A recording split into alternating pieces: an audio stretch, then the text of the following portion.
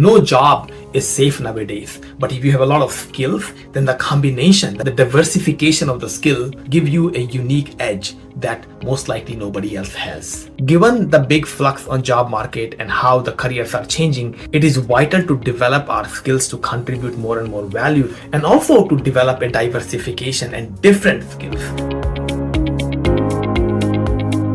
Hello there, this is Yogi. I'm a career coach helping people develop self-trust, have uncomfortable conversations, and keep focus on what matters most to them. Today, let's talk about upskilling and reskilling, how to develop your skills more and how to develop different skills. Did you know that 65% of the jobs that will exist in 20 years are not there yet? Of course, we don't know the exact numbers, but if we look back, a lot of jobs that are existing today, they were not there 20, 30 years ago. In my own case, I didn't know I'll be doing what I'm doing right now, career coaching, 10, 15 years ago. Given the big flux on job market and how the careers are changing, it is vital to develop our skills to contribute more and more value, and also to develop a diversification and different skills so we are able to do different things, not just one thing.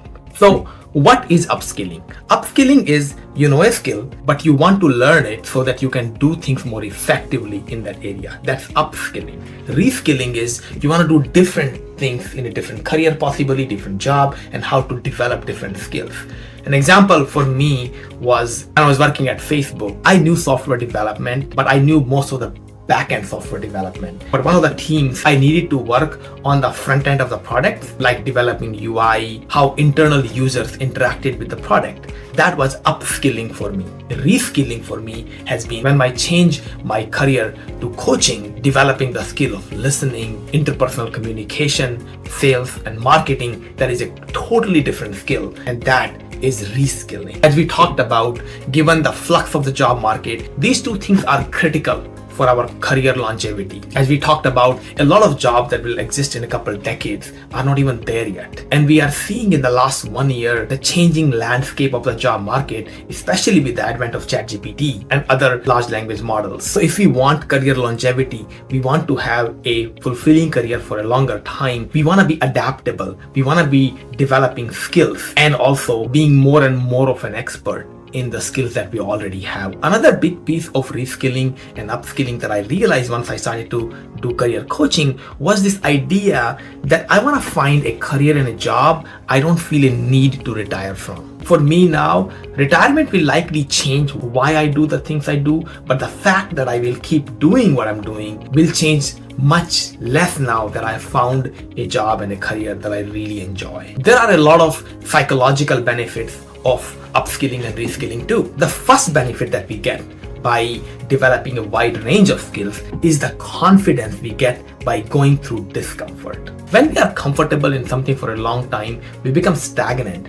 And also the stagnancy leads to a bit of insecurity, a bit of unhappiness. When we are willing to be uncomfortable, learn new things, we become confident in our ability and we become happier as a result. The second thing I found in terms of psychological benefit is that we are able to do the right thing. Because we are confident, we are not afraid of the fear of failure or of rejection. We are able to do the things that we will likely fail, but those are the right things to do. It improves our state of mind, and from that better state of mind, we do the thing that is right instead of what is more popular in the current situation. Another psychological benefit of continual learning is a growth mindset. When we have a growth mindset, then any challenge we face, we believe that we are able to face the challenge and learn the skills. We are able to change our perception. We are able to change ourselves in order to face the situation instead of running away. Oh, I don't have that skill, I don't have that ability, so I can't do anything about it. Become more of an agent of change,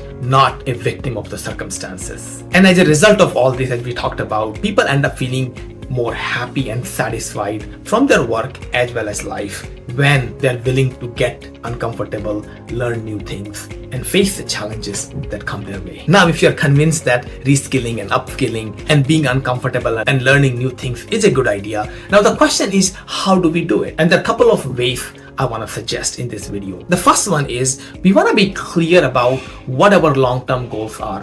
Where are we going towards? What is our internal state of mind we are going towards? For example, 10 years ago, I wanted to realize was be unafraid of situations that come my way. And that has led me to make some decisions in career that I would not have been able to make otherwise if I did not know what I wanted to feel, what I wanted to achieve, what I wanted to accomplish. So the first thing is to be clear about long-term goals. Those long-term goals are not really what we are trying to achieve, but they give a directionality to what we are trying to do on a daily, weekly, monthly, and yearly basis. And the second piece is to start to spend regular time on a weekly basis on upskilling, reskilling, learning new things. I learned about Bill Gates a while ago that even at the peak of his success in Microsoft, used to spend 5 hours per week reading things from different fields. So he was able to bring ideas from different fields into his work. And that was his reskilling and upskilling. So we want to be able to spend some time every week to develop our career,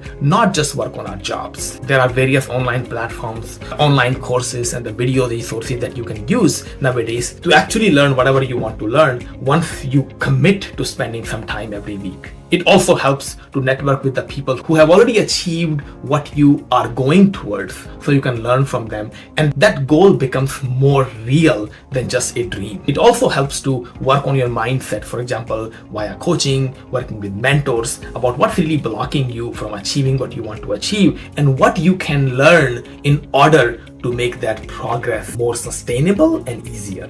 Nowadays, of course, there are a lot of resources. You can do internet search around any topic. You can watch YouTube. ChatGPT is a great tool that can be used to learn the basics of anything simply. And then, of course, you can dive deeper into it once you learn the basics. So in conclusion, if you want to make your career future-proof, it is vital to develop the ability to develop skills, to go deeper into any topic you're working on, and that is reskilling and upskilling. No job is safe nowadays, but if you have a lot of skills, then the combination, the diversification of the skill give you a unique edge that most likely nobody else has. It is about developing that category of one in that diversification of skills that you have. For example, for me, I had the technical skills, I have the mathematical skills, but once I added the skill of sales, marketing, and interpersonal communication and listening while coaching, that combination of skill, I find that to be a lot more unique than the technical and mathematical skills I had earlier. So here is a question for you.